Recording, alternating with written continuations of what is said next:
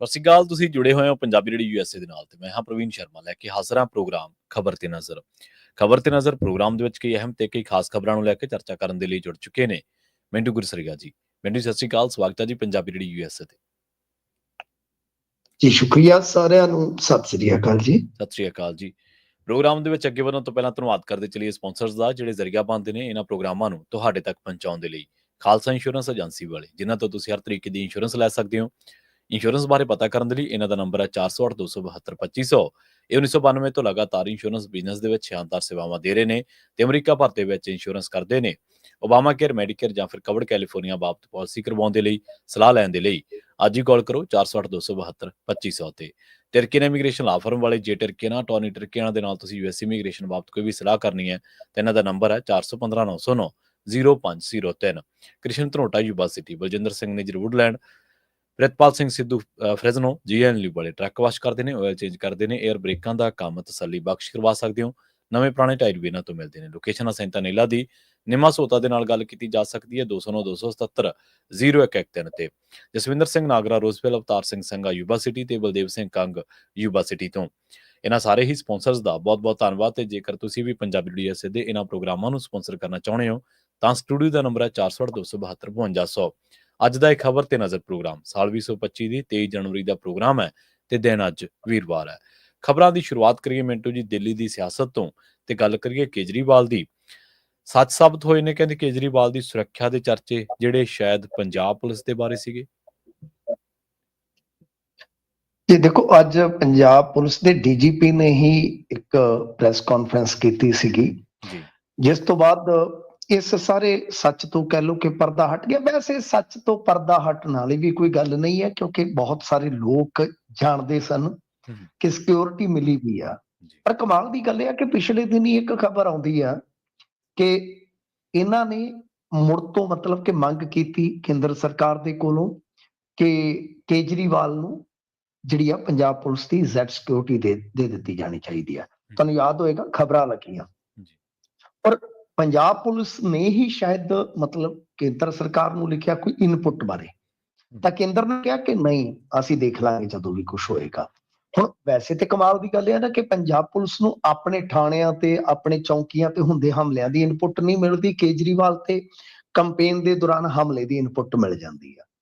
ਤੇ ਇਹ ਕਿੱਡੀ ਹੈਰਾਨਗੀ ਵਾਲੀ ਗੱਲ ਆ ਕਿ ਜੋ Z+ ਸਿਕਿਉਰਿਟੀ ਦੀ ਸੂਚੀ ਹੈ, ਜਿਹੜੇ Z+ ਸਿਕਿਉਰਿਟੀ ਪ੍ਰਾਪਤ ਹੈਗੇ ਨੇ ਸ਼ਖਸ ਪੂਰੇ ਪੰਜਾਬ ਦੇ ਵਿੱਚ, ਉਹਨਾਂ 'ਚ ਸਭ ਤੋਂ ਟੌਪ ਤੇ ਸ਼੍ਰੀ ਕੇਜਰੀਵਾਲ ਜੀ ਨੇ ਲਿਸਟ ਦੇ ਵਿੱਚ। ਤਾਂ ਮਤਲਬ ਕਿ ਕੀ ਪੂਰੀ Z+ ਸਿਕਿਉਰਿਟੀ ਦੇਣੀ ਹੈ ਉਹਨਾਂ ਨੂੰ? ਹੈਰਾਨਗੀ ਵਾਲੀ ਗੱਲ ਹੈ। ਤਾਂ ਅੱਜ ਇਹਨਾਂ ਨੇ ਮੰਨਿਆ ਕਿ ਚੋਣ ਕਮਿਸ਼ਨ ਦੀਆਂ ਹਦਾਇਤਾਂ ਤੋਂ ਬਾਅਦ ਇਹ ਫੈਸਲਾ ਲਿਆ ਗਿਆ। ਖੁਦ ਇਹਨਾਂ ਨੇ ਮੀਡੀਆ ਦੇ ਨਾਲ ਇਹ ਗੱਲਬਾਤ ਕੀਤੀ ਆ। ਇਹ ਕਹਿੰਦੇ ਆ ਕਿ ਕੇਜਰੀਵਾਲ ਦੀ ਸੁਰੱਖਿਆ ਤੋਂ ਇਲੈਕਸ਼ਨ ਕਮਿਸ਼ਨ ਨੂੰ ਹਦਾਇਤਾਂ ਹੋਈਆਂ, ਇਸ ਕਰਕੇ ਪੁਲਿਸ ਜਿਹੜੀ ਹਟਾ ਦਿੱਤੀ ਗਈ ਆ। ਤੇ ਉਹ ਕਹਿੰਦੇ ਕਿ ਮਾਨ, ਅਰਵਿੰਦ ਕੇਜਰੀਵਾਲ, ਇਹਨਾਂ ਦੋਨਾਂ ਨੂੰ ਥ੍ਰੈਟ ਬਾਰੇ ਸਾਨੂੰ ਰਿਪੋਰਟ ਆਉਂਦੀ ਰਹਿੰਦੀ ਆ, ਜਿੱਥੇ ਅਸੀਂ ਸਮੇਂ-ਸਮੇਂ ਤੇ ਸਿਕਿਉਰਿਟੀ ਏਜੰਸੀਆਂ ਦੇ ਨਾਲ ਗੱਲ ਕਰਦੇ ਰਹਿੰਦੇ ਹਾਂ। ਉੱਥੇ ਉਹ ਕਹਿੰਦੇ ਕਿ ਹੁਣ ਅਸੀਂ ਸਾਰੀ ਜਾਣਕਾਰੀ ਦਿੱਲੀ ਪੁਲਿਸ ਦੇ ਨਾਲ ਸ਼ੇਅਰ ਕਰਾਂਗੇ। ਦੇਖੋ, ਬੜਾ ਇੱਕ ਮੈਂ ਤੁਹਾਨੂੰ ਦੱਸਾਂ ਨਾ, ਮਹੱਤਵਪੂਰਨ ਨੁਕਤਾ ਹੈ ਇਸ ਮਾਮਲੇ 'ਚ। ਦਿੱਲੀ ਪੁਲਿਸ ਨੇ ਇਹਨਾਂ ਨੂੰ ਫਸਾ ਲਿਆ। ਅੱਜ ਦੁਪਹਿਰੇ ਤੁਹਾਡੇ ਵਰਗਾ ਕੋਈ ਐਂਕਰ ਮੈਨੂੰ ਪੁੱਛ ਰਿਹਾ ਸੀਗਾ, ਤਾਂ ਮੈਂ ਉਸਨੂੰ ਇਹੋ ਹੀ ਜਵਾਬ ਦਿੱਤਾ ਕਿ ਮੈਨੂੰ ਇਉਂ ਲੱਗਦਾ ਕਿ ਪੰਜਾਬ ਪੁਲਿਸ ਤੇ ਪੰਜਾਬ ਸਰਕਾਰ ਫਸ ਗਈ ਆ। ਉਹਨਾਂ ਨੇ ਕੀ ਕਿਹਾ? ਉਹਨਾਂ ਨੇ ਕਿਹਾ ਜੀ ਕਿ ਤੁਹਾਡੀ ਇੱਥੇ ਨਾ ਸਿਕਿਉਰਿਟੀ ਰਹਿੰਦੀ ਆ ਕੁਝ ਬੰਦਿਆਂ ਦੇ ਨਾਲ, VIPs ਦੇ ਨਾਲ, ਸਾਨੂੰ ਥੋੜਾ ਸੌਖਾ ਹੋ ਜਾਏਗਾ, ਕਾਈਂਡਲੀ ਤੁਸੀਂ ਲਿਸਟ ਪ੍ਰੋਵਾਈਡ ਕਰ ਦਿਓ। ਕਿਉਂਕਿ ਸਿਕਿਉਰਿਟੀ ਦਾ ਮਸਲਾ 26 ਜਨਵਰੀ ਅੱਗੇ ਆ ਰਹੀ। ਹੁਣ ਦੇਖੋ, ਜੇ ਡਿਨਾਈ ਕਰਦੇ ਆ ਤਦ ਵੀ ਫਸਦੇ ਆ, ਜੇ ਸੂਚੀ ਦਿੰਦੇ ਆ ਤਾਂ ਉਹਦੇ ਵਿੱਚ ਨਾਮ ਨੇ। ਸਰ, Z+ ਸਿਕਿਉਰਿਟੀ ਜਿਹੜੀ ਹੈ ਉਹ ਇਸ ਵੇਲੇ ਜੋ ਪੰਜਾਬ ਨੂੰ ਦਿੱਤੀ ਗਈ ਹੈ, ਉਹਦੇ ਚ ਰਾਘਵ ਚੱਡਾ ਵੀ ਸ਼ਾਮਲ ਨਹੀਂ ਸੀ। ਇਹ ਸੂਚੀ ਜਿਹੜੀ ਹੈ ਹੁਣੇ ਮੈਂ ਦੇਖ ਰਿਹਾ ਸੀਗਾ। ਕਹਿਣ ਦਾ ਮਤਲਬ ਇਹ ਹੈ ਕਿ ਇੱਥੇ ਕਮਾਲ ਦੀ ਗੱਲ ਹੈ ਕਿ ਇਹਨਾਂ ਦੇ ਕੋਲ ਪੰਜਾਬ ਪੁਲਿਸ ਦੀ ਸਿਕਿਉਰਿਟੀ, ਔਰ ਚਲੋ ਰਾਘਵ ਚੱਡਾ ਵੀ ਮੈਂਬਰ ਪਾਰਲੀਮੈਂਟ ਹੈ ਪੰਜਾਬ ਤੋਂ, ਇਹ ਕੌਣ ਨੇ? ਇਹ ਕੌਣ ਨੇ? ਵੇਖਣ ਵਾਲੀ ਗੱਲ ਤੇ ਇਹ ਆ ਨਾ। ਜੀ ਬਿਲਕੁਲ। ਇਹਨਾਂ ਨੇ ਅੱਜ ਤੱਕ ਮੰਨਿਆ ਨਹੀਂ, ਜਦ ਕਿ ਇਹ ਗੱਲਾਂ ਬਹੁਤ ਲੰਮੇ ਸਮੇਂ ਤੋਂ ਚੱਲ ਰਹੀਆਂ ਸੀਗੀਆਂ ਕਿ ਪੰਜਾਬ ਪੁਲਿਸ ਦੀ ਜਿਹੜੀ ਇੱਕ ਤਰ੍ਹਾਂ ਨਾਲ ਕਹਿ ਲਓ ਕਿ ਜੋ ਉੱਥੇ ਨਫਰੀ ਹੈ, ਉਹ ਕਪੂਰਥਲਾ ਹਾਊਸ ਦੇ ਵਿੱਚ ਉੱਥੇ ਰਹਿੰਦੀ ਆ। ਮਤਲਬ ਕਿ ਜੋ ਪੰਜਾਬ ਦਾ ਉੱਥੇ ਕਹਿ ਲਓ ਕਿ ਇੱਕ ਟਿਕਾਣਾ ਹੈ, ਉੱਥੇ ਰਹਿੰਦੀ ਆ। ਇਹਨਾਂ ਨੇ ਕਦੇ ਪ੍ਰਵਾਨ ਹੀ ਨਹੀਂ ਕੀਤਾ ਇਸ ਗੱਲ ਨੂੰ। ਤਾਂ ਅੱਜ ਹੁਣ ਜਦੋਂ ਉਹਨਾਂ ਨੇ ਘੇਰ ਲਿਆ, ਕਿਉਂਕਿ ਮੁੱਦਾ ਬਣ ਜਾਣਾ ਸੀਗਾ, ਤਾਂ ਜਦੋਂ ਘੇਰ ਲਿਆ, ਹੁਣ ਇਹ ਕਹਿੰਦੇ ਆ ਜੀ ਕਿ ਅਰਵਿੰਦ ਕੇਜਰੀਵਾਲ ਦੀ ਸੁਰੱਖਿਆ ਤੋਂ ਪੰਜਾਬ ਪੁਲਿਸ ਹਟਾ ਲਈ ਹੈ। ਤਾਂ ਇਸ ਤੋਂ ਪਹਿਲਾਂ ਥੋੜੇ ਦਿਨ ਪਹਿਲਾਂ ਕੇਂਦਰ ਨੇ ਡਿਨਾਈ ਕੀਤਾ ਇਹਨਾਂ ਨੇ ਸਿਕਿਉਰਿਟੀ ਮੰਗੀ ਸੀਗੀ। ਮਤਲਬ ਕਿ ਤੁਹਾਨੂੰ ਡਬਲ ਚਾਹੀਦੀ ਆ। ਕਮਾਲ ਦੀ ਗੱਲ ਆ। ਤੁਸੀਂ ਤੇ ਆਮ ਬੰਦੇ ਹੋ, ਤੁਸੀਂ ਤੇ ਕਹਿੰਦੇ ਸੀ ਗਨਮੈਨ ਨਹੀਂ ਲੈਂਗੇ ਜੀ, ਗਾਡੀ ਨਹੀਂ ਲੈਂਗੇ ਜੀ, ਬੰਗਲਾ ਨਹੀਂ ਲੈਂਗੇ ਜੀ, ਤੁਸੀਂ ਤੇ ਦੋਹਰੀ ਸਿਕਿਉਰਿਟੀ ਲੈ ਰਹੇ ਹੋ ਜੀ। ਕਿਉਂਕਿ ਬਤੌਰ ਜਿਹੜਾ ਐਕਸ ਸੀਐਮ ਉਹ ਸਿਕਿਉਰਿਟੀ ਪ੍ਰਬੰਧ ਹੈ, ਉਹ ਤਾਂ ਤੁਹਾਨੂੰ ਦਿੱਲੀ ਨੇ ਜਾਂ ਕੇਂਦਰ ਨੇ ਕਰਕੇ ਦੇਣਾ ਹੈ ਨਾ। ਕਰਕੇ ਦੇਣਾ, ਬਿਲਕੁਲ ਸਹੀ ਹੈ। ਇੱਕ ਤੇ ਤੁਸੀਂ ਜੈਟ ਪਲੱਸ ਸਿਕਿਉਰਿਟੀ ਅੱਗੇ ਲੈ ਰਹੇ ਹੋ, ਤੇ ਉੱਤੋਂ ਤੁਸੀਂ ਫੇਰ ਕਹਿ ਦਿੱਤਾ ਕਿ ਮੇਰੇ ਤੇ ਜੀ ਹੋ ਸਕਦਾ ਹੈ ਕਿ ਖਾਲਿਸਤਾਨੀਆਂ ਦਾ ਹਮਲਾ ਹੋ ਜਾਵੇ। ਕਮਾਲ ਹੋ ਗਈ। ਯਾਨੀ ਪੰਜਾਬ ਪੁਲਿਸ ਨੇ ਕਿ ਜੀ ਭੇਜੀ ਇੰਟੈਲੀਜੈਂਸ ਦੀ ਰਿਪੋਰਟ, ਤੇ ਮੈਂ ਹੈਰਾਨ ਆ ਕਿ ਜਿਸ ਪੰਜਾਬ ਪੁਲਿਸ ਨੂੰ ਇੰਟੈਲੀਜੈਂਸੀ ਦੀ ਇਹ ਰਿਪੋਰਟ ਨਹੀਂ ਮਿਲਦੀ ਕਿ ਕਿਹੜੇ ਥਾਣੇ ਤੇ ਉਹਨਾਂ ਨੇ ਗ੍ਰਨੇਡ ਸੁੱਟਦੇ ਨਾ ਗਾ, ਉਹਨੂੰ ਅਰਵਿੰਦ ਕੇਜਰੀਵਾਲ ਦੇ ਦਿੱਲੀ ਦੇ ਵਿੱਚ ਹਮਲੇ ਬਾਰੇ ਪਤਾ ਲੱਗ ਜਾਂਦਾ ਹੈ ਨਾ। ਕਮਾਲ ਦੀ ਗੱਲ। ਸੋ ਐਕਸਪੋਜ਼ ਹੋ ਗਿਆ ਨਾ, ਬਿਗ ਐਕਸਪੋਜ਼ ਕਹਿ ਸਕਦੇ ਆਪਾਂ ਇਸ ਮਾਮਲੇ ਦੇ ਵਿੱਚ, ਕਿ ਜੋ ਚਰਚਾਵਾਂ ਚੱਲਦੀਆਂ ਸਨ, ਜੋ ਕਿਆਫੇਬਾਜ਼ੀਆਂ ਲੱਗ ਰਹੀਆਂ ਸਨ, ਕਿਆ ਸਰਾਈਆਂ ਸਨ, ਬਿਲਕੁਲ ਵੈਸਾ ਹੀ ਵਾਪਰਿਆ ਕਿ ਸਿਕਿਉਰਿਟੀ ਦੇ ਮਾਮਲੇ ਦੇ ਵਿੱਚ ਇਹ ਇੱਕ ਤਰ੍ਹਾਂ ਨਾਲ ਕਹਿ ਲਓ ਕਿ ਹੁਣ ਬਿਲਕੁਲ ਚਿੱਟੇ ਧੜ ਹੋ ਗਏ ਨੇ ਕਿ ਇਹਨਾਂ ਨੇ ਪੰਜਾਬ ਪੁਲਿਸ ਨੂੰ ਵਰਤਿਆ ਹੈ। ਤੇ ਤੁਸੀਂ ਇਹ ਦੇਖੋ ਕਿ ਵਰਤਿਆ ਕੀ ਨਹੀਂ ਪੰਜਾਬ ਦਾ। ਸਰ ਵੈਭਵ ਦੇ ਨਾਲ ਵੀ ਜਿਹੜੇ ਇਹਨਾਂ ਦੇ ਸਾਬਕਾ ਪੀਏ ਨੇ, ਜਿਨ੍ਹਾਂ ਨੂੰ ਸੁਪਰੀਮ ਕੋਰਟ ਨੇ ਸੀਐਮ ਹਾਊਸ ਤੋਂ ਉਸ ਵੇਲੇ ਅਰਵਿੰਦ ਕੇਜਰੀਵਾਲ ਦੇ ਸੀਐਮ ਹਾਊਸ ਤੋਂ ਤੜੀ ਪਾਰ ਕੀਤਾ ਹੋਇਆ, ਦੱਸਦੇ ਕਿ ਉਹਦੇ ਨਾਲ ਵੀ ਸਿਕਿਉਰਿਟੀ ਤੁਰੀ ਫਿਰਦੀ ਹੈ। ਉਹ ਤੇ ਕੋਈ ਐਕਸ ਸੀਐਮ ਵੀ ਨਹੀਂ ਹੈ ਨਾ। ਇੱਥੇ ਲੋਕ ਜਿਹੜੇ ਆ ਉਹ ਘਰਾਂ 'ਚ ਸੇਫ ਨਹੀਂ ਹੈ, ਪੁਲਿਸ ਦੀ ਘਾਟ ਹੈ, ਥੋੜਾ ਹੈ ਜੀ। ਤੇ ਤੁਸੀਂ ਵੇਖ ਲਓ ਕਿ ਦਿੱਲੀ ਤੱਕ ਸਿਕਿਉਰਿਟੀ ਜਿਹੜੀ ਹੈ ਪ੍ਰੋਵਾਈਡ ਕੀਤੀ ਉਹਨਾਂ ਲੋਕਾਂ ਨੂੰ ਜਿਹੜੇ ਕਹਿੰਦੇ ਸੀਗੇ ਕਿ ਜੀ ਅਸੀਂ ਗਨਮੈਨ ਵਗੈਰਾ ਲੈਣੇ ਹੀ ਨਹੀਂ ਹੈ। ਜੀ ਬਿਲਕੁਲ। ਤੇ ਮਿੰਟੂ ਜੀ, ਅੰਮ੍ਰਿਤਪਾਲ ਸਿੰਘ ਹਾਈ ਕੋਰਟ ਪਹੁੰਚੇ ਨੇ ਜੀ। ਦੇਖੋ, ਅੰਮ੍ਰਿਤਪਾਲ ਸਿੰਘ ਨੂੰ ਹਾਈ ਕੋਰਟ ਜਾਣਾ ਪੈਣਾ ਸੀਗਾ ਜੀ।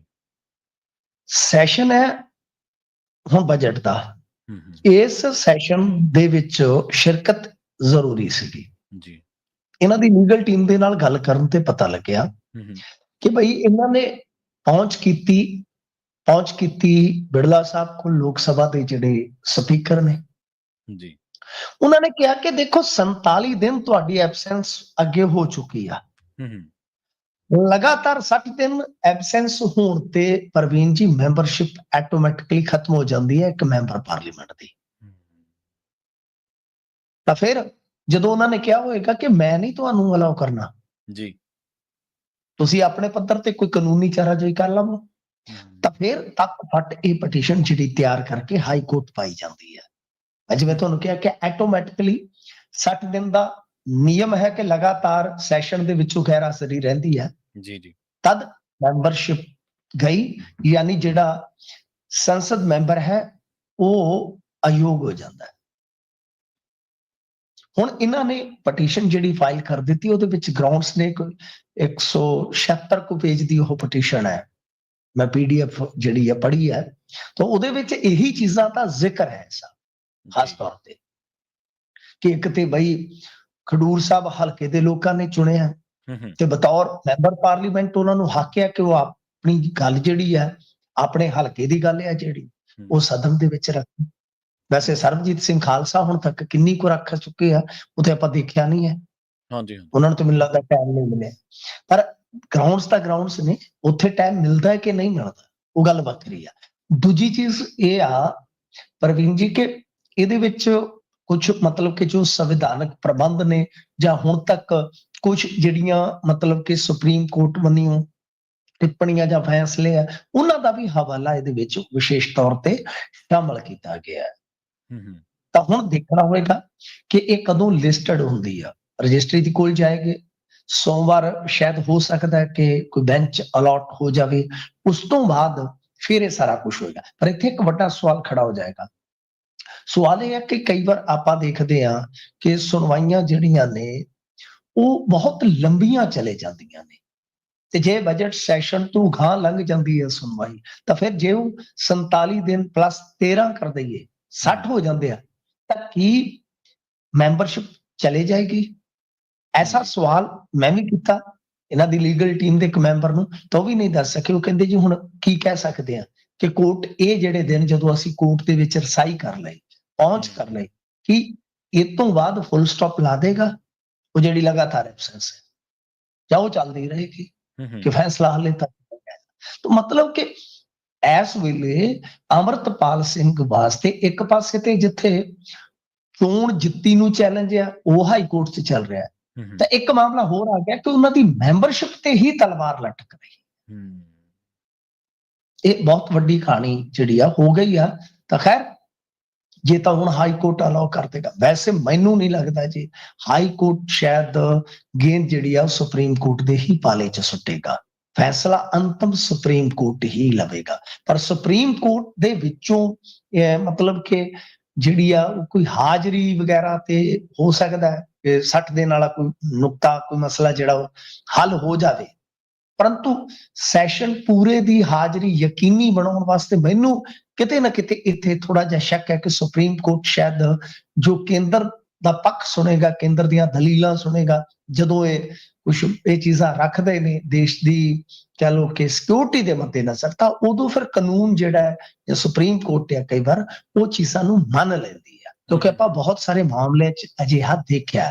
ਹੁਣ ਦਿਲਚਸਪ ਹੈ ਕਿ ਕੀ ਕੇਂਦਰ ਕੋਈ ਇਸ ਤਰ੍ਹਾਂ ਦਾ ਠੋਸ ਵਿਰੋਧ ਕਰੇਗਾ ਜਾਂ ਨਹੀਂ ਕਰੇਗਾ। ਜੋ ਨਹੀਂ ਕਰਦਾ ਤਾਂ ਫਿਰ ਤਾਂ ਕੀ ਦਿੱਕਤ ਹੈ ਜੀ?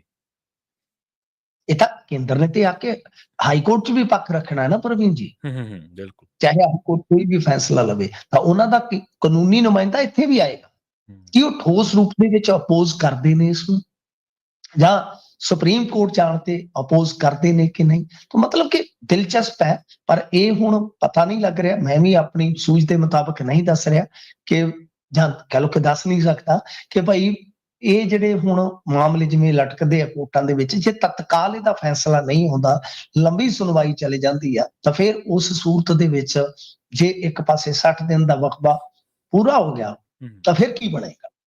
ਤਾਂ ਫਿਲਹਾਲ ਪਟੀਸ਼ਨ ਜਿਹੜੀ ਆ ਉਹ ਇੱਕ ਤਰ੍ਹਾਂ ਨਾਲ ਕਹਿ ਲਓ ਕਿ ਤਿਆਰ ਹੋ ਗਈ ਆ। ਪਟੀਸ਼ਨ ਜਿਹੜੀ ਆ ਉਹ ਰਜਿਸਟਰੀ ਦੇ ਵਿੱਚ ਜਾਏਗੀ, ਫਿਰ ਉਸ ਤੋਂ ਬਾਅਦ ਲਿਸਟਡ ਹੋਏਗੀ, ਸੁਣਵਾਈ ਉਦੋਂ ਬਾਅਦ ਸ਼ੁਰੂ ਹੋਣੀ ਹੈ ਜੀ। ਬਿਲਕੁਲ। ਤੇ ਕੁੰਵਰ ਵਿਜੇ ਪ੍ਰਤਾਪ ਦਾ ਜਿਹੜਾ ਮਾਮਲਾ ਸੀ ਹਾਈ ਕਮਾਂਡ ਕੋਲੇ ਪਹੁੰਚ ਗਿਆ ਜੀ?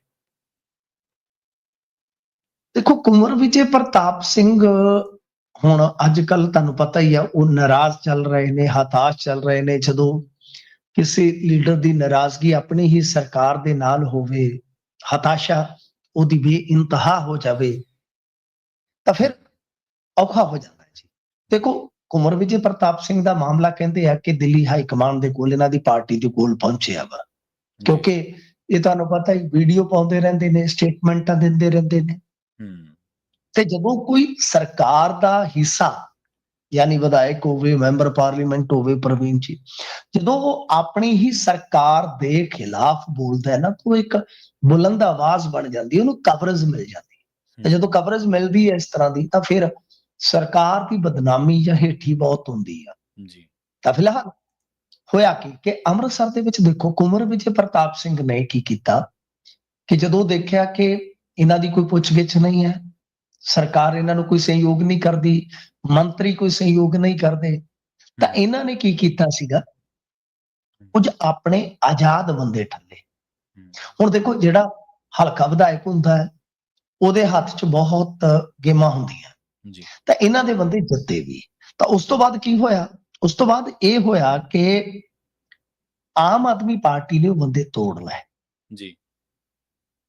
ਕਿਉਂਕਿ ਦੇਖੋ, ਇੱਕ ਬੜੀ ਬੇਸਿਕ ਜੀ ਆਪਾਂ ਉੱਥੇ ਜੇ ਦੇਖੀਏ ਸਮੀਕਰਨ ਦੀ ਸੂਚੀ, ਤਾਂ ਗੱਲ ਇਹ ਆ ਕਿ 85 ਦਾ ਹਾਊਸ ਹੈ ਸ਼ਾਇਦ, ਜੇ ਮੈਂ ਗਲਤ ਨਹੀਂ ਆ ਤਾਂ ਆਮ ਆਦਮੀ ਪਾਰਟੀ ਕੋਲ ਤੇ ਝੁੱਗੇ 'ਚ ਹੈਗੀਆਂ ਹੀ 24 ਸੀ ਉੱਥੇ, ਤੇ ਕਾਂਗਰਸ ਦੇ ਕੋਲ 40 ਸੀ। ਹੁਣ ਇਹ 7-8 ਤੋੜੀ ਬੈਠੇ ਆ। ਤਾਂ ਇਸ ਜੋੜ ਤੋੜ ਦੀ ਖੇਡ ਤੋਂ ਹੀ ਕੁੰਵਰ ਸਾਹਿਬ ਦੁਖੀ ਹੋ ਗਏ। ਉਹਨਾਂ ਨੇ ਆਖਿਆ ਕਿ ਕਾਉਂਸਲਰਾਂ ਦੀ ਇਸ ਵੇਲੇ ਖਰੀਦੋ ਫਰੋਖਤ ਹੋ ਰਹੀ ਹੈ। ਆਪ ਹੀ ਦੋਸ਼ ਲਾਏ।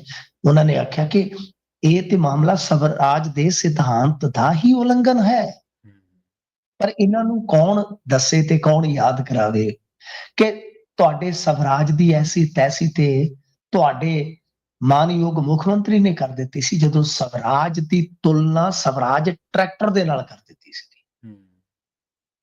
ਉਹ ਸਟੇਟਮੈਂਟ ਬਹੁਤ ਸਾਲ ਪਹਿਲਾਂ ਦੀ ਹੈ ਮਾਨ ਸਾਹਿਬ ਦੀ। ਤਾਂ ਫਿਲਹਾਲ ਦੇਖੋ, ਆਂਦੇ ਆ ਕਿ ਦਿੱਲੀ ਦੇ ਕੋਲੇ ਮਾਮਲਾ ਕਿਹਾ ਹੈ, ਤਾਂ ਕਿਵੇਂ ਕੁੰਵਰ ਵਿਜੇ ਪ੍ਰਤਾਪ ਸਿੰਘ ਦੀ ਨਾਰਾਜ਼ਗੀ ਦੂਰ ਕੀਤੀ ਜਾਂਦੀ ਹੈ, ਵੇਖਣ ਵਾਲੀ ਗੱਲ ਹੋਏਗੀ। ਪਰ ਇਹ ਤੇ ਸਾਫ਼ ਹੈ ਕਿ ਸਿਧਾਂਤ ਵਿਧਾਂਤ ਕੁਛ ਨਹੀਂ ਅੱਜ ਦੀ ਤਾਰੀਖ ਦੇ ਵਿੱਚ। ਜੀ ਆਮ ਆਦਮੀ ਪਾਰਟੀ ਨੇ ਸਭ ਕੁਝ ਉਹੀ ਕੀਤਾ ਜਿਸ ਨੂੰ ਉਹ ਭੰਡਦੇ ਆ ਕਿ ਭਾਜਪਾ ਆਪਰੇਸ਼ਨ ਲੋਟਸ ਕਰਦੀ ਆ, ਭਾਜਪਾ ਸਾਮ ਧਾਮ ਦੰਡ ਭੇਦ ਜੋ ਵੀ ਉਹਨਾਂ ਦੇ ਕੋਲ ਹੁੰਦਾ ਹੈ ਤਾਂ ਉਸ ਨੂੰ ਵਰਤਦੀ। ਇਹ ਸਾਰੀਆਂ ਚੀਜ਼ਾਂ ਸਭ ਬਹੁਤ ਹੀ ਮੈਂ ਕਹੂੰਗਾ ਕਿ ਜੇ ਆਪਾਂ ਕਿਸੇ ਬਚੇ ਖੁਚੇ ਪਾਇਦਾਰ ਸਿਧਾਂਤ ਦੀ ਗੱਲ ਕਰੀਏ ਰਾਜਨੀਤੀ ਤੇ ਉਹਦੇ ਵਾਸਤੇ ਤੇ ਬਹੁਤ ਇਹ ਇੱਕ ਤਰ੍ਹਾਂ ਨਾਲ ਮਾਰੂ ਨੇ ਗੱਲਾਂ। ਸੋ ਆਮ ਆਦਮੀ ਪਾਰਟੀ ਤੇ ਕੋਈ ਹੋਰ ਦੋਸ਼ ਲਾਉਂਦਾ ਤੇ ਆਪਾਂ ਕਹਿ ਸਕਦੇ ਕਿ ਦੋਸ਼ ਨੇ। ਤਾਂ ਇੱਥੇ ਕੁੰਵਰ ਵਿਜੇ ਪ੍ਰਤਾਪ ਸਿੰਘ ਪਾਰਟੀ ਦੇ ਸਿਧਾਂਤਾਂ ਤੇ ਹੀ ਸਵਾਲ ਖੜਾ ਕਰ ਰਹੇ ਨੇ। ਖੈਰ ਦੇਖਦੇ ਹਾਂ ਹਾਈਕਮਾਨ ਇਹਨਾਂ ਨੂੰ ਚੁੱਪ ਕਰਵਾ ਸਕਦੀ ਹੈ, ਸ਼ਾਂਤ ਕਰਵਾ ਸਕਦੀ ਹੈ, ਸੰਤੁਸ਼ਟ ਕਰਵਾ ਸਕਦੀ ਹੈ, ਜਾਂ ਫਿਰ ਉਹ ਜਿਵੇਂ ਚੱਲਦੇ ਆ ਉਵੇਂ ਚੱਲੂ। ਜਿਵੇਂ ਉਹ ਗਾਣਾ ਸੀਗਾ ਨਾ, ਚੱਲ ਜਿਵੇਂ ਤੂੰ ਚੱਲਦੀ ਉਵੇਂ ਚੱਲੂਗੀ ਜਿਗਰੀ ਆ ਯਾਰ, ਚੱਲ ਜਿਵੇਂ ਤੂੰ ਚੱਲਦਾ। ਤਾਂ ਮਤਲਬ ਕਿ ਕੀ ਇਸੇ ਤਰ੍ਹਾਂ ਹੀ ਚੱਲੂ ਕੰਮ। ਤੇ ਜਾਂ ਫਿਰ ਜਿਵੇਂ ਮੈਂ ਕਿਹਾ ਕਿ ਹੋ ਸਕਦਾ ਕਿ ਇਹਨਾਂ ਨੂੰ ਸ਼ਾਂਤ ਜਾਂ ਸੰਤੁਸ਼ਟ ਕਰਾ ਲਿਆ ਜਾਵੇ। ਜੀ, ਤੇ ਅਕਾਲੀ ਦਲ ਦਾ ਵਫਦ ਗੁਰਦੁਆਰਾ ਚੋਣ ਕਮਿਸ਼ਨ ਨੂੰ ਮਿਲਿਆ ਮਿੰਟੂ ਜੀ। ਆ ਦੇਖੋ ਪ੍ਰਵੀਨ ਜੀ, ਆਪਾਂ ਕੱਲ ਵੀ ਗੱਲ ਕੀਤੀ ਸੀਗੀ, ਅਕਾਲੀਆਂ ਦਾ ਵਫਦ ਅੱਜ ਗਿਆ ਤੇ ਇਹਦੇ ਵਿੱਚ ਮੇਰੇ ਖਿਆਲ ਦੇ ਨਾਲ ਵੇਖਣਯੋਗ ਗੱਲ ਜਿਹੜੀ ਸੀਗੀ ਉਹ ਪ੍ਰਵੀਨ ਜੀ ਇਹ ਸੀ ਕਿ ਸ਼ਾਇਦ ਸੁਖਬੀਰ ਸਿੰਘ ਬਾਦਲ ਵੀ ਅੱਜ ਗਏ ਸੀਗੇ ਵਫਦ ਦੇ ਵਿੱਚ, ਕਿਉਂਕਿ ਮੈਂ ਇੱਕ ਫੋਟੋ ਦੇਖੀ ਜਿਹਦੇ ਵਿੱਚ ਜਾ ਰਹੇ ਸਨ।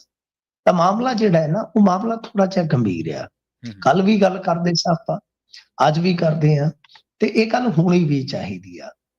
ਵੇਖੋ, ਇਹ ਗੱਲ ਕੱਲਾ ਸ਼੍ਰੋਮਣੀ ਅਕਾਲੀ ਦਲ ਬਾਦਲ ਨਹੀਂ ਕਹਿੰਦਾ, ਅੰਕੜਿਆਂ ਦੇ ਲਿਹਾਜ਼ ਨਾਲ ਇਹ ਗੱਲ ਸਾਬਤ ਹੋ ਜਾਂਦੀ ਆ।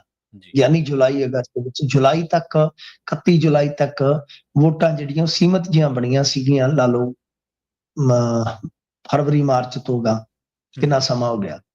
ਉਤੇ ਬਾਅਦ ਕੁਝ ਹਫ਼ਤਿਆਂ ਦੇ ਅੰਦਰ ਅੰਦਰ ਅਗਸਤ ਦੇ ਵਿੱਚ ਇਹ ਜਿਹੜਾ ਗ੍ਰਾਫ ਹੈ ਵੋਟਾਂ ਬਣਨ ਦਾ ਬਹੁਤ ਤੇਜ਼ੀ ਦੇ ਨਾਲ ਤਾਂ ਨੂੰ ਚੜਦਾ ਹੈ।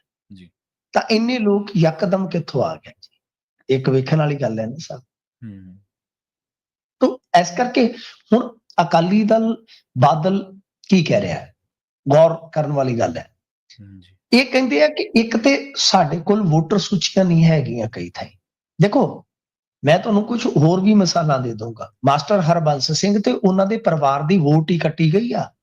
ਮਾਸਟਰ ਹਰਬੰਸ ਸਿੰਘ ਖੁਦ SGPC ਦਾ ਇਲੈਕਸ਼ਨ ਲੜ ਚੁੱਕੇ ਨੇ, ਗੁਰਸਿੱਖ ਨੇ ਜੀ, ਸ਼ੇਰਪੁਰ ਦੇ ਵਿੱਚੋਂ। ਹੋਰ ਵੀ ਕਈ ਮਿਸਾਲਾਂ ਤੁਹਾਨੂੰ ਮੈਂ ਦੇ ਸਕਦਾ ਕਿ ਜਿਹੜੇ ਬੰਦੇ SGPC ਦਾ ਹਿੱਸਾ ਨੇ, ਪੂਰਨ ਤੌਰ ਤੇ ਕਹਿ ਲਓ ਕਿ ਗੁਰਸਿੱਖ ਨੇ, ਪੰਥ ਨੂੰ ਸਮਰਪਿਤ ਲੋਕ ਨੇ, ਉਹਨਾਂ ਦੀਆਂ ਵੀ ਵੋਟਾਂ ਕੱਟ ਦਿੱਤੀਆਂ ਗਈਆਂ ਨੇ। ਅਜਿਹਾ ਕਿਉਂ? ਹੁਣ ਦੇਖੋ, ਵੋਟਰ ਸੂਚੀਆਂ ਦਾ ਨਾ ਇੱਕ ਕਹਿ ਲਓ ਕਿ ਪ੍ਰੋਸੈਸ ਆ। ਪ੍ਰੋਸੈਸ ਕਿੱਦਾਂ ਹੈ ਕਿ ਵੋਟਰ ਸੂਚੀਆਂ ਬਣਦੀਆਂ, ਉਸ ਤੋਂ ਬਾਅਦ ਫਿਰ ਕਹਿ ਲਓ ਕਿ ਅਪਲੋਡ ਹੋ ਗਈਆਂ, ਅਪਡੇਟ ਕਹਿ ਲਓ, ਫਿਰ ਉਸ ਤੋਂ ਬਾਅਦ ਇੱਕ ਵਕਫਾ ਦਿੱਤਾ ਜਾਂਦਾ ਹੈ, ਇੱਕ ਸਮਾਂ ਦਿੱਤਾ ਜਾਂਦਾ ਹੈ ਕਿ ਜੇ ਕਿਸੇ ਨੂੰ ਕੋਈ ਐਤਰਾਜ਼ ਹੈ ਇਹਨਾਂ ਤੇ, ਜਾਂ ਬਣੀਆਂ ਵੋਟਾਂ ਤੇ ਇਤਰਾਜ਼, ਤੇ ਜਾਂ ਫਿਰ ਉਹਦਾ ਕਿਸੇ ਦਾ ਕੋਈ ਆਪਣਾ ਨਾਮ ਰਹਿ ਗਿਆ ਹੈ, ਤਾਂ ਫਿਰ ਉਹ ਇਹਦੇ ਚ ਦਰਜ ਕਰਵਾ ਸਕਦਾ ਹੈ ਜੀ। ਠੀਕ ਹੈ ਨਾ। ਹੁਣ ਜੇ ਮੰਨ ਲਓ ਵੋਟਰ ਸੂਚੀਆਂ ਹੈ ਹੀ ਨਹੀਂ, ਉਪਲਬਧ ਹੀ ਹੈ ਨਹੀਂ, ਜਿਹੋ ਜਿਹਾ ਇਹ ਦੋਸ਼ ਲਾਉਂਦੇ ਆ ਕਈ ਥਾਈਂ, ਉਹ ਕਹਿੰਦੇ ਕਿ ਵੋਟਰ ਸੂਚੀਆਂ ਪਹੁੰਚੀਆਂ ਨਹੀਂ, ਤਾਂ ਸਾਹਿਬ ਫਿਰ ਐਤਰਾਜ਼ ਲੱਗੇਗਾ ਕਿਵੇਂ? ਵੱਡਾ ਸਵਾਲ ਤੇ ਬੇਸਿਕ ਸਵਾਲ ਤੇ ਇਹ ਆ ਨਾ। ਤੇ ਦੂਜੀ ਗੱਲ ਇਹ ਆ ਕਿ ਮੈਂ ਦੇਖ ਰਿਹਾ ਸੀਗਾ ਚੰਡੀਗੜ੍ਹ ਪ੍ਰਸ਼ਾਸਨ ਨੇ ਵੀ ਵੋਟਰ ਸੂਚੀਆਂ ਬਣਾਉਣ ਲਈ ਸਮਾਂ ਮੰਗਿਆ। ਹੂੰ ਠੀਕ ਹੈ ਨਾ ਜੀ। ਜੀ ਤਾਂ ਇਹ ਇੱਕ ਵੇਖਣ ਵਾਲੀ ਗੱਲ ਹੈ ਕਿ ਉੱਥੇ ਅਪਡੇਸ਼ਨ ਹੋਈ ਨਹੀਂ ਹਾਲੇ। ਉਹ ਇਧਰੋਂ ਅਕਾਲੀ ਦਲ ਬਾਦਲ ਵੀ ਕਹਿ ਰਿਹਾ ਕਿ ਇਤਰਾਜ਼ ਦਰਜ ਕਰਵਾਉਣ ਦਾ ਜਿਹੜਾ ਸਮਾਂ ਹੈ ਉਹ ਵਧਾਇਆ ਜਾਵੇ। ਇਸੇ ਕਰਕੇ ਅੱਜ ਗੁਰਦੁਆਰਾ ਚੋਣ ਕਮਿਸ਼ਨ ਦੇ ਕੋਲ ਗਏ, ਲਿਖਤੀ ਇਹਨਾਂ ਨੇ ਆਪਣੀ ਸ਼ਿਕਾਇਤ ਦਰਜ ਕਰਵਾਈ ਆ। ਇਹਨਾਂ ਦਾ ਕਹਿਣਾ ਇੱਕ ਹੋਰ ਵੀ ਆ, ਹੂੰ ਇਹ ਆ ਕਿ ਕੁਝ ਵੋਟਾਂ ਇਸ ਤਰ੍ਹਾਂ ਦੀਆਂ ਤੁਹਾਨੂੰ ਦਰਜ ਮਿਲ ਜਾਣਗੀਆਂ ਜਿਨ੍ਹਾਂ ਦੇ ਨਾਮ ਦੇ ਨਾਲ ਕੌਰ ਜਾਂ ਸਿੰਘ ਵੀ ਨਹੀਂ ਲੱਗਦਾ। ਇਹ ਦੂਸਰਾ ਵੱਡਾ ਕਹਿ ਲਓ ਕਿ ਇਹਨਾਂ ਦਾ ਐਲੀਗੇਸ਼ਨ ਹੈ। ਹੁਣ ਇਹੀ ਪ੍ਰਵੀਨ ਜੀ ਇੱਕ ਸਮੱਸਿਆ ਹੈ। ਮੈਂ ਜਿਵੇਂ ਤੁਹਾਨੂੰ ਦੱਸਿਆ ਕਿ ਇਹਦੇ 'ਚ ਸ਼ੱਕ ਸ਼ੁਬੇ ਤੇ ਪਹਿਲਾਂ ਹੀ ਸੀਗੀ। ਜੀ ਹੁਣ ਵੋਟਰ ਸੂਚੀਆਂ ਕੁਝ ਥਾਵਾਂ ਤੇ ਉਪਲਬਧ ਨਾ ਹੋਣਾ, ਚੰਡੀਗੜ੍ਹ ਪ੍ਰਸ਼ਾਸਨ ਵੱਲੋਂ ਦੁਬਾਰਾ ਟਾਈਮ ਮੰਗ ਲੈਣਾ ਅਤੇ ਅਕਾਲੀ ਦਲ ਵੱਲੋਂ ਇਹ ਖੁਲਾਸੇ ਕਰਨੇ, ਉਹ ਸਭ ਕੁਝ ਦੱਸਦਾ ਹੈ ਕਿ ਭਾਈ ਕਿਤੇ ਨਾ ਕਿਤੇ ਗੜਬੜ ਤੇ ਹੈ। ਹੁਣ ਜੇ ਗੜਬੜ ਹੈ ਤਾਂ ਮੇਰੇ ਖਿਆਲ ਦੇ ਨਾਲ ਮਿਆਦ ਵੀ ਇਹਨਾਂ ਇਤਰਾਜ਼ਾਂ ਦੀ ਵੱਧ ਜਾਣੀ ਚਾਹੀਦੀ, ਸ਼ਾਇਦ ਵੱਧ ਵੀ ਜਾਵੇ। ਪਰ ਅਜਿਹਾ ਕਿਉਂ ਹੋਇਆ? ਹੁਣ ਦੇਖੋ, ਸਾਰੋਂ ਸਾਹਿਬ ਨੇ ਤੇ ਕਹਿ ਦਿੱਤਾ ਕਿ ਚਲੋ ਭਾਈ ਤੁਸੀਂ ਬਣਾ ਕੇ ਦਿਓ। ਹੁਣ ਇਹ ਸਾਰਾ ਅਮਲਾ ਫੈਲਾ ਲੱਗਿਆ ਸਟੇਟ ਸਰਕਾਰ ਦਾ। ਇਹਨਾਂ ਨੇ ਅਜਿਹਾ ਕਿਉਂ ਕੀਤਾ? ਤੇ ਦੂਜੀ ਗੱਲ ਕਿ ਜਿਹੜੀਆਂ ਹੋਰ ਧਿਰਾਂ ਨੇ, ਪੰਥਕ ਧਿਰਾਂ ਨੇ, ਉਹ ਇਸ ਮੁੱਦੇ ਤੇ ਚੁੱਪ ਕਿਉਂ ਨੇ? ਇਹ ਕਿਉਂਕਿ ਸੁਖਬੀਰ ਸਿੰਘ ਬਾਦਲ ਦਾ ਤੇ ਇਕੱਲੇ ਦਾ ਮਸਲਾ ਨਹੀਂ ਹੈ ਸਾਹਿਬ ਜੀ ਮਸਲਾ ਤੇ ਸਿੱਧੇ ਤੌਰ ਤੇ ਫਿਰ ਜੇ ਦੇਖੀਏ ਤਾਂ ਸਿੱਖ ਸੰਸਥਾ ਨੂੰ ਕਮਜ਼ੋਰ ਕਰਨ ਦਾ ਵੀ ਹੈ। ਪ੍ਰਾਇਮਰੀ ਸ਼ਰਤ ਹੀ ਜਨਾਬ ਵੋਟਰ ਦੀ ਇਹ ਆ ਕਿ ਤੁਹਾਡੇ ਨਾਮ ਦੇ ਨਾਲ ਕੌਰ ਸਿੰਘ ਲੱਗਣਾ ਚਾਹੀਦਾ, ਯਾਨੀ ਤੁਸੀਂ ਸਿੱਖ ਹੋਣੇ ਚਾਹੀਦੇ ਆ। ਜੀ ਬਿਲਕੁਲ। ਤੇ ਦੂਜੀ ਗੱਲ ਕਿ ਬਈ ਵੋਟਰ ਸੂਚੀਆਂ ਹੁਣ ਤੱਕ ਕਈ ਥਾਈਂ ਉਪਲਬਧ ਹੀ ਨਾ ਹੋਣੀਆਂ, ਇਹ ਦੂਜੀ ਨਾ ਐਲੀਅਤ ਹੈ। ਇਸ ਕਰਕੇ ਹੋ ਸਕਦਾ ਹੈ ਮਾਮਲਾ ਕੋਰਟ ਕਚਹਿਰੀ 'ਚ ਜਾਵੇ, ਪਰ ਮੈਨੂੰ ਲੱਗਦਾ ਕਿ ਜਿਸ ਤਰ੍ਹਾਂ ਦੀ ਇਹ ਕੁੰਡੀ ਫਸ ਗਈ ਆ, ਹੁਣ ਇਹ ਮਸਲਾ ਹੋ ਸਕਦਾ ਹੈ ਕਿ ਲਟਕ ਜਾਵੇ। ਇਤਰਾਜ਼ ਦਰਜ ਕਰਵਾਉਣ ਦੀ ਹੋ ਸਕਦਾ ਹੈ ਕਿ ਸਮਾਂ ਹੱਦ ਜਿਹੜੀ ਆ ਵਧਾ ਦਿੱਤੀ ਜਾਵੇ। ਉਹਦਾ ਇੱਕ ਅਕਾਲੀ ਦਲ ਅੰਮ੍ਰਿਤਸਰ ਦੇ ਆਗੂ ਦੀ ਵੀ ਵੋਟ ਇਹਨਾਂ ਵੋਟਰ ਸੂਚੀਆਂ ਦੀ ਜੋ ਅਪਡੇਸ਼ਨ ਹੈ ਉਸ ਦਰਮਿਆਨ ਕੱਟੀ ਗਈ ਹੈ। ਹੋਰ ਵੀ ਮੈਨੂੰ ਨਾਂ ਯਾਦ ਆ ਗਿਆ ਕਿ ਇੱਕ ਅਕਾਲੀ ਦਲ ਅੰਮ੍ਰਿਤਸਰ ਦਾ ਵੀ ਲੀਡਰ ਹੈ, ਉਸਨੇ ਵੀ ਕਿਹਾ ਕਿ ਮੇਰੀ ਵੋਟ ਜਿਹੜੀ ਆ ਕੱਟ ਦਿੱਤੀ ਗਈ ਹੈ। ਜੀ ਤੇ ਮਿੰਟੂ ਜੀ, ਗੱਲ ਕਰੀਏ ਇੱਕ ਹੋਰ ਮਾਮਲੇ ਦੀ, ਜਿਹੜੀ ਲੁਧਿਆਣੇ ਦੇ ਵਿੱਚ ਘਟਨਾ ਵਾਪਰੀ ਹੈ। ਕੁੜੀਆਂ ਦੇ ਮੂੰਹ ਕਾਲੇ ਕਰਨ ਦੇ ਮਾਮਲੇ ਦੇ ਵਿੱਚ ਹੁਣ ਜਿਹੜਾ ਮਹਿਲਾ ਕਮਿਸ਼ਨ ਆ ਉਹ ਸਰਗਰਮ ਹੋਇਆ ਜੀ। ਦੇਖੋ, ਇਹ ਬੜੀ ਮੰਦਭਾਗੀ ਗੱਲ ਆ ਜੀ। ਬਹੁਤ ਸਮਾਂ ਪਹਿਲਾਂ ਇੱਕ ਨਾ ਅਖਬਾਰ ਦੇ ਵਿੱਚ ਖਬਰ ਅਕਸਰ ਲੱਗਦੀ ਹੁੰਦੀ ਸੀਗੀ, ਅੰਮ੍ਰਿਤਸਰ ਪੁਲਿਸ ਨੇ ਜੇਬ ਕਤਰੀਆਂ ਫੜ ਕੇ ਤੇ ਉਹਨਾਂ ਦੇ ਮੱਥੇ ਤੇ ਖੁਣਵਾ ਦਿੱਤਾ ਸੀਗਾ। ਜੇਬ ਕਤਰੀਆਂ, ਹਾਂਜੀ ਹਾਂਜੀ ਬਿਲਕੁਲ, ਤਾਂ ਕਿ ਨਿਸ਼ਾਨੀ ਰਵੇ ਜਦੋਂ ਵੀ ਉਹ ਕਿਤੇ ਤੁਰਨਾ। ਉਸ ਤੋਂ ਬਾਅਦ ਉਹਨਾਂ ਪੁਲਿਸ ਵਾਲਿਆਂ ਨੂੰ ਸਜ਼ਾ ਹੋਈ ਸੀਗੀ ਤੇ ਕਾਨੂੰਨ ਨੇ ਆਪਣੇ ਖਰਚੇ ਤੇ ਉਹ ਜਿਹੜਾ ਜੇਬ ਕਤਰੀ ਸ਼ਬਦ ਖੁਣਿਆ ਸੀਗਾ ਉਹਨਾਂ ਦੇ ਮੱਥਿਆਂ ਤੇ, ਉਸ ਨੂੰ ਮਿਟਵਾਇਆ ਸੀਗਾ। ਮਤਲਬ ਕਿ ਜੇ ਪੁਲਿਸ ਅਜਿਹਾ ਨਹੀਂ ਕਰ ਸਕਦੀ, ਜੇ ਪੁਲਿਸ ਅਜਿਹਾ ਨਹੀਂ ਕਰ ਸਕਦੀ ਤਾਂ ਸਿਵਿਲੀਅਨ ਕੋਈ ਕਰੇਗਾ ਤਾਂ ਇੱਕ ਦਿਨ ਕਿ ਉਹ ਮਰੇਗਾ, ਫਸੇਗਾ। ਤਾਂ ਅੱਗੇ ਉਹ ਜ਼ਮਾਨਾ ਸੀਗਾ ਕਿ ਜਦੋਂ ਲੋਕ ਬੰਨ ਕੇ ਕੁੱਟ ਦਿੰਦੇ ਸਨ ਗਰੀਬ ਗੁਰਬੇ ਨੂੰ, ਜਾਂ ਇਦਾਂ ਦੀਆਂ ਹਰਕਤਾਂ ਕਰਦੇ ਸੀ, ਕਿਸੇ ਨੂੰ ਖੋਤੇ ਤੇ ਚੜਾ ਦਿੱਤਾ ਮੂੰਹ ਕਾਲਾ ਕਰਕੇ ਸਰ, ਇਹ ਚੜਾ ਦਿੰਦੇ ਸੀਗੇ ਅੱਗੇ ਪਿੰਡਾਂ 'ਚ ਸਰ, ਖੋਤੇ ਤੇ ਮੂੰਹ ਕਾਲਾ ਕਰਕੇ ਨਾ ਇੱਕ ਜਣਾ ਅੱਗੇ ਪੀਪਾ ਕੁੱਟਦਾ ਜਾਂਦਾ ਹੁੰਦਾ ਸੀਗਾ। ਮੇਰੇ ਪਿੰਡ ਦੀ ਇੱਕ ਘਟਨਾ ਸਰ ਜੀ। ਤਾਂ ਮਤਲਬ ਕਿ ਹੋਰ ਵੀ ਪਿੰਡਾਂ 'ਚ ਹੋਇਆ ਹੋਏਗਾ। ਤਾਂ ਇਸ ਤਰ੍ਹਾਂ ਕਰ ਦਿੱਤਾ ਜਾਂਦਾ ਸੀਗਾ ਅੱਗੇ। ਪਰ ਅੱਜ ਕੱਲ ਕੀ ਆ ਕਿ ਜ਼ਮਾਨਾ ਵੀਡੀਓ ਦਾ ਐਸਾ, ਜ਼ਮਾਨਾ ਜਾਗਰੂਕਤਾ ਦਾ। ਤਾਂ ਇਹ ਵੀਡੀਓ ਵਾਇਰਲ ਹੋਈ ਇੱਕ, ਜਿਹਦੇ 'ਚ ਹੋਇਆ ਕੀ ਸੀਗਾ ਕਿ ਇੱਕ ਹੌਜਰੀ ਮਾਲਕ ਦਾ ਕੱਪੜਾ ਵਗੈਰਾ ਜਿਹੜਾ ਉਹ ਨਿਕਲਦਾ ਸੀਗਾ, ਉਸਨੇ CCTV ਲਗਾ ਦਿੱਤੇ। ਫਿਰ ਉਹਨੇ ਕੋਈ ਚੈੱਕ ਕੀਤਾ ਤੇ ਹੋ ਸਕਦਾ ਕਿ ਇਸ ਟੱਬਰ ਨੇ ਕੋਈ ਚੋਰੀ ਕੀਤੀ ਹੋਵੇ। ਬੁਲਾਇਆ ਗਿਆ, 3 ਕੁੜੀਆਂ ਸੀ, ਮਾਂ ਸੀ, ਬੇਟਾ ਸੀ। ਫਿਰ ਇਹਨਾਂ ਦੇ ਮੂੰਹ ਕਾਲੇ ਕਰ ਦਿੱਤੇ। ਇੱਕ ਕੁੜੀ ਦਾ ਤੇ ਸਾਕ ਹੋਇਆ ਸੀਗਾ, ਰਿਸ਼ਤਾ ਹੋਇਆ ਸੀਗਾ, ਥੋੜਾ ਸਮਾਂ ਵਿਆਹ 'ਚ ਰਹਿੰਦਾ ਸੀਗਾ ਜੀ। ਗੱਲ 'ਚ ਤਖਤੀਆਂ ਪਾ ਦਿੱਤੀਆਂ ਗਈਆਂ ਤੇ ਕੁਝ ਲੋਕ ਤਮਾਸ਼ਬੀਨ ਉਹ ਦੇਖਦੇ ਰਹੇ ਚੁੱਪ ਕਰਕੇ। ਉਹ ਵੀਡੀਓ ਜਦੋਂ ਵਾਇਰਲ ਹੋਇਆ, ਲੋਕਾਂ ਨੇ ਉਸ ਗੱਲ ਨੂੰ ਚੁੱਕਿਆ ਤੇ ਫਿਰ ਇਹ ਮਾਮਲਾ ਸਨਸਨੀਖੇਜ਼ ਬਣਿਆ। ਪੁਲਿਸ ਨੇ ਮਾਮਲਾ ਰਜਿਸਟਰਡ ਕੀਤਾ, 2 ਜਣੇ ਇਹਦੇ 'ਚ ਗ੍ਰਿਫਤਾਰ ਕਰ ਲਏ। ਤੇ ਮੈਂ ਪਹਿਲਾਂ ਹੀ ਦੱਸ ਦਿੱਤਾ ਸੀਗਾ ਕਿ ਜਦੋਂ ਇਹ ਵੀਡੀਓ ਵਾਇਰਲ ਹੋਈ ਕਿ ਇਹਦੇ 'ਚ ਫੈਕਟਰੀ ਵਾਲਾ ਫਸ ਜਾਏਗਾ, ਇਹ ਫਸ ਜਾਣਗੇ। ਕਿ ਹੁਣ ਬੇਸ਼ੱਕ ਉਹਨਾਂ ਨੇ ਚੋਰੀ ਕੀਤੀ ਹੋਵੇ, ਪਰ ਸਜ਼ਾ ਹੁਣ ਇਹਨਾਂ ਨੂੰ ਹੋਏਗੀ। ਜੀ। ਮਹਿਲਾ ਕਮਿਸ਼ਨ ਵੀ ਅੱਜ ਐਕਟਿਵ ਹੋ ਗਿਆ, ਉਹਨਾਂ ਨੇ ਆਖਿਆ ਕਿ ਫੈਕਟਰੀ ਖੁੱਲਣ ਨਹੀਂ ਦੇਵਾਂਗੇ। ਚੇਅਰਪਰਸਨ ਬੀਬੀ ਜੋ ਰਾਜ ਲਾਲੀ ਗਿੱਲ ਨੇ, ਉਹ ਵੀ ਆਏ ਹੋਏ ਸਨ। ਉਹਨਾਂ ਨੇ ਕਿਹਾ ਕਿ ਸਖਤ ਕਾਰਵਾਈ ਹੋਏਗੀ ਤੇ ਹੋਣੀ ਵੀ ਚਾਹੀਦੀ ਹੈ। ਪਰ ਅਸੀਂ ਤਵੱਕੋ ਕਰਦੇ ਹਾਂ ਬੀਬੀ ਜੀ ਤੋਂ ਕਿ ਜੇ ਕੱਲ ਨੂੰ ਮੰਨ ਲਓ ਕੋਈ ਤੁਹਾਡੇ ਇਹਨਾਂ ਦੀ ਆਮ ਆਦਮੀ ਪਾਰਟੀ ਵਾਲਾ ਕੋਈ ਇਸ ਤਰ੍ਹਾਂ ਦੀ ਹਰਕਤ ਕਰਦਾ, ਕਿ ਤੁਸੀਂ ਇਸ ਤਰ੍ਹਾਂ ਦੀ ਸਰਗਰਮੀ ਦਿਖਾਓਗੇ? ਨਹੀਂ, ਉਦੋਂ ਨਹੀਂ।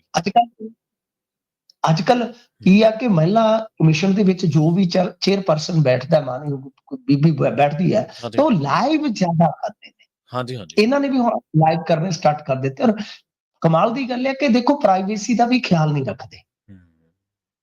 ਬੰਦਿਆਂ ਦਾ ਨਾਮ ਦੱਸਿਆ ਜਾਂਦਾ, ਬੰਦੇ ਨੂੰ ਐ ਡਾਇਰੈਕਟ ਬਿਠਾ ਲਿਆ ਜਾਂਦਾ ਜੀ ਸਾਹਮਣੇ, ਉਹਨੂੰ ਤਾੜਿਆ ਜਾਂਦਾ। ਸੋ ਮੇਰੇ ਖਿਆਲ ਦੇ ਨਾਲ ਇਹ ਚੀਜ਼ਾਂ ਠੀਕ ਆ, ਬੀਬੀ ਜੀ ਨੇ ਐਕਟਿਵਿਜ਼ਮ ਦਿਖਾਇਆ, ਅੱਛੀ ਗੱਲ ਆ।